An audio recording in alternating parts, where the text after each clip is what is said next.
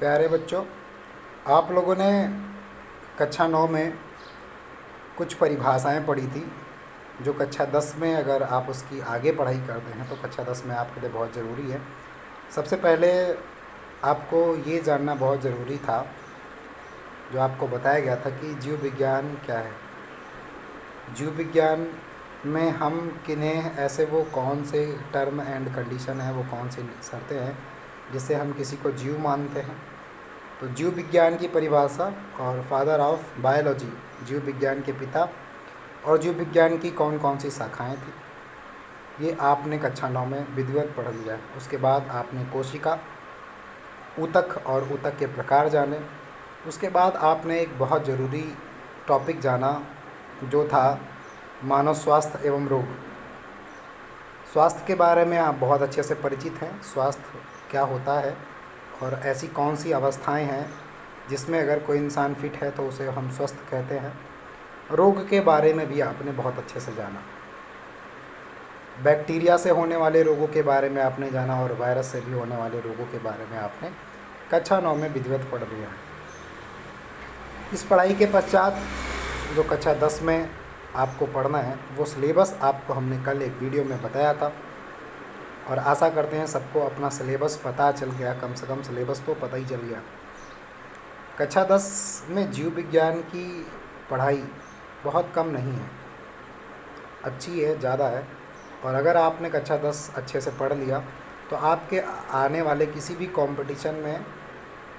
Competition में अगर आप कक्षा 10 में मजबूत हैं, कक्षा 10 की जीव विज्ञान में मजबूत हैं, तो आप CPMT, नीट, AIPMT आदि को बहुत अच्छे से कर सकते हैं। बहुत कुछ नहीं पर कुछ कर सकते हैं, मतलब बेसिक कॉन्सेप्ट आपका मजबूत रहेगा। तो आज आपको हम छोटा सा पहले कार्य देते हैं। कोशिका की परिभाषा, ऊतक क्या होता है, स्वास्थ्य की परिभाषा और रोग, इनके बारे में आप अपनी पुरानी कॉपी की मदद से आप हमें लिख कर भेजिए। थोड़ा सा उसके बारे में अध्ययन करिए।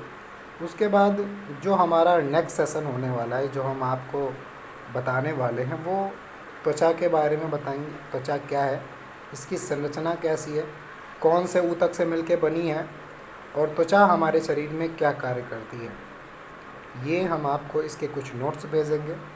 नोट्स भेजने के पश्चात हम उसको डिटेल में आपको बताएंगे, और इसके जानने के बाद फिर आप इसका फेयर कॉपी पे आप इसे लिखेंगे। और आप किसी भी चीज़ को तब तक लिखिए ना, तब तक फेयर में ना करिएगा जब तक वो टॉपिक आपको अच्छे से समझ में नहीं आ जा रहा। हम हार्ड स्टडी नहीं, स्मार्ट स्टडी के लिए आपको प्रिपेयर कर रहे हैं। आप भी स्मार्ट रहिए। और हाँ, ये जो महामारी अभी फैली हुई है जिसके कारण लॉकडाउन का नाम आप सुन रहे हैं, लॉकडाउन है और 4.0 भी बढ़ा दिया गया है। तो लॉकडाउन अभी मरीजों की संख्या कम नहीं पड़ रही है, लगातार मरीज़ बढ़ते जा रहे हैं। इसलिए एक जीव विज्ञान का अध्ययन करने के नाते, या हम लोग साइंटिस्ट होने के नाते, कम से कम एक चीज़ जानें कि अभी तक कोई ऐसा टीका नहीं बना है जो इस बीमारी से हमें बचा सके। तो इसमें सबसे सुपर वैक्सीन यही है कि खुद का ध्यान रखें, मास्क पहने, और सोशल डिस्टेंसिंग एक ज़िंदगी का हिस्सा बनने जा रहा है। पूरी ज़िंदगी सोशल डिस्टेंसिंग कम नहीं हो सकती। WHO ने भी कहा है, हो सकता है कोरोना कभी ख़त्म ना हो, ऐसा भी हो सकता है कि ये वायरस ये कभी ज़िंदगी में ना जाए।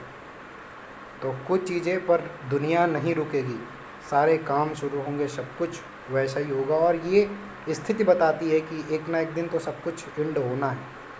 इसीलिए खुद की सुरक्षा करें, अपने परिवार की सुरक्षा करें, नियमित हाथ धोएं, साफ सफाई बनाएं और स्वस्थ रहें, घर पर रहें। धन्यवाद।